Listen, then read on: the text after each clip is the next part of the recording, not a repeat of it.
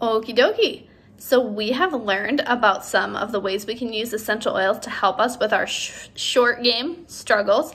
But I know for a lot of us, short game or short-term health challenges are not our only problem. There are more and more and more people suffering from chronic diseases like autoimmune conditions, infertility, stomach or gastrointestinal issues, cancer, all kinds of stuff. I don't think we were created to live like this. These things may be common, but they're not normal. They're the effects of the environment that we live in. And some of that's in our sphere of control, but some of it isn't. If your mindset about chemicals or toxins so far has been, oh, it's like a teeny tiny amount, what does it really matter? I would challenge that a little bit and encourage you to do some research on something called bioaccumulation. This is basically the buildup of toxins in our body. There are links between synthetic chemicals, fragrances, plastics, and all kinds of things, and the disease in our bodies, and it's becoming more and more evident every day. They used to think that infrequent small amounts of toxic chemicals weren't that big of a deal, and our body could flush them out and get rid of them. But more and more evidence is coming out to show that's not true, and instead, they do something called bioaccumulate. These toxins get stored in our fat cells and build up over time, wreaking havoc on our normal body functions and processes. Many of these mess with the hormones in our bodies, and that definitely affects our daily well-being. We can't control everything we're exposed to, but we can control what we bring into our homes, and we can control what we put on our body. And that's why I'm really, really passionate about sharing better options. So what are some things that we can do to empower and strengthen our body to thrive, even in an increasingly toxic society? Well, there's a lot of resources available if you've decided to make the step towards wellness. I know from my own experience it's easy to feel overwhelmed sometimes or feel like efforts to change are just worthless or hopeless. I want to call that out for myself and for you as a lie. One Bible verse that has stuck out to me over the past couple years is 2 Corinthians 3:18, and it talks about our transformation degree by degree. This is the idea of pursuing change a baby step at a time. It's one small change after another that leads up to a big impact. One baby step at a time, one foot in front of the other. The idea that the pursuit of health and wellness is too hard is a lie. It is true that we will all die someday, and I'm not trying to outrun the clock, but I do want to live the days that I have as fruitfully as I can so that I can feel good while loving and serving God and other people. I want to fight feeling burdened and hopeless, and I want to fight that for you too. So I hope this class sparks a desire within you to take a few initial steps in your life towards wellness.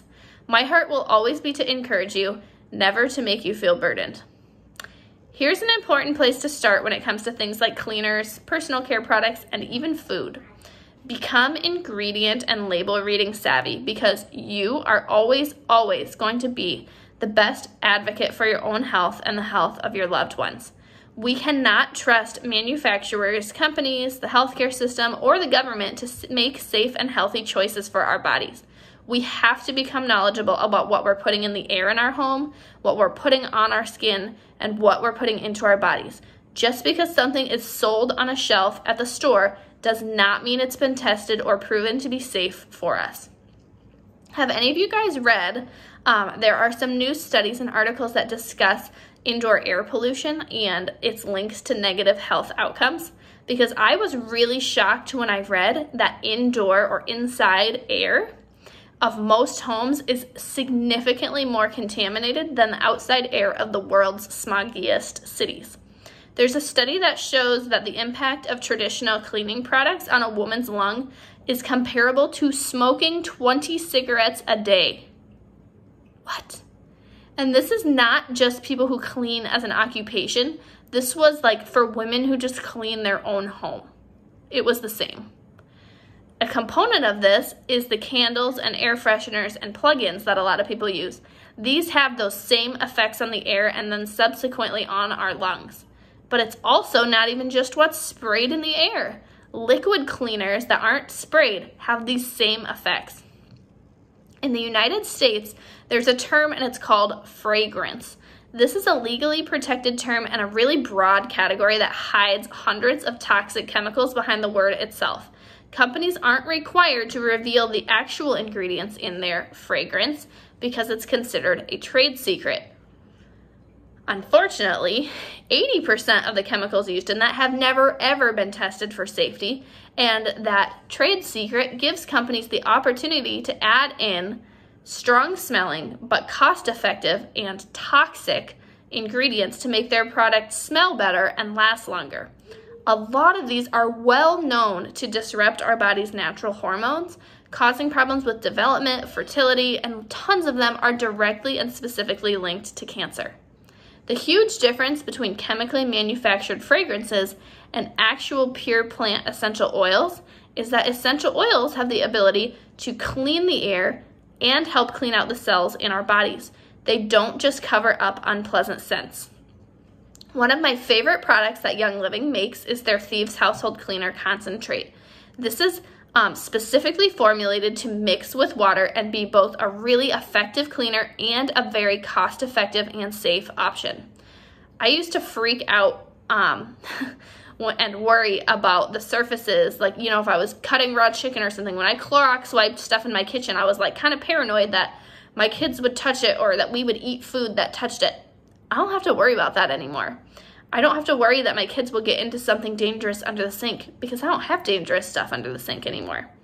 And because Thieves Cleaner is safe to let kids use, they can stay safe and healthy, and they can practice the life skills of cleaning up and contributing to a family. When you start analyzing ingredients lists, you're going to recognize that the term fragrance is on almost everything. Even brands that market themselves to be free and clear or green and clean. It's on hand soap, it's on dish soap, it's in laundry detergents, it's in lotions, and all kinds of other things. Did you know that it takes less than 30 seconds for toxic ingredients to be absorbed through our skin and all the way into our bloodstream?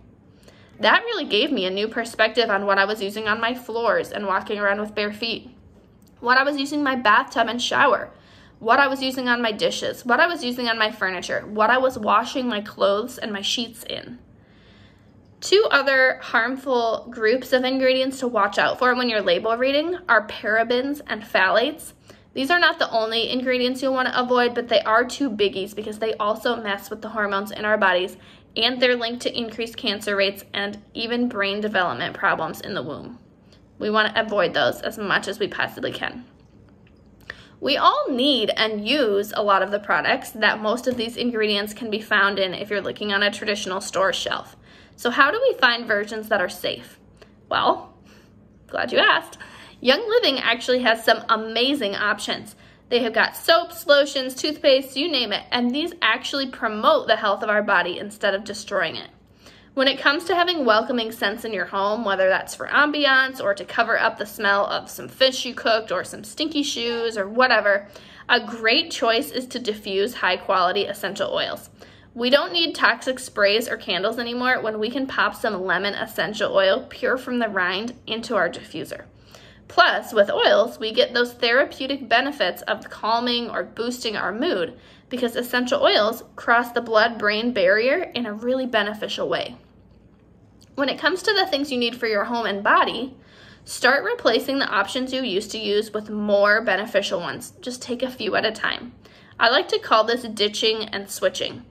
We've talked about how we need a proactive mindset from being reactive about our health. We got to switch to proactive. For our family, when we were going through that domino effect of winter illnesses, we were not putting a significant investment up front into our health of either time or money. But it wasn't that we weren't spending any money. It was just that the money we spent was unplanned for and reactive. We rushed to the drugstore because something we needed was expired, or we needed something to relieve our symptoms, or we rushed to see a healthcare provider to be told, you've got a viral illness, you need to rest and let it get better. There were times that I had to call off from my part-time nursing job because I was sick, and that meant less income coming in that month.